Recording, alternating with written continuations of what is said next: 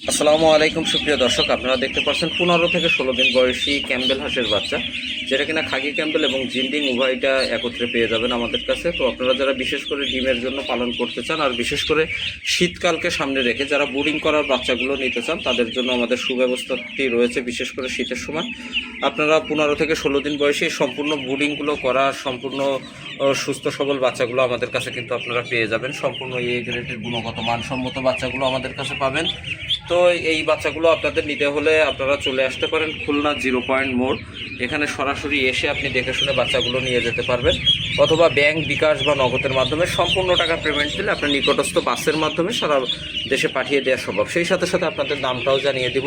যারা খাকি ক্যাম্বেল বা জিন্ডিং একদিন বয়সী বাচ্চাগুলো নিতে চান, তারা 35 টাকা পিস ধরে পেয়ে যাবেন।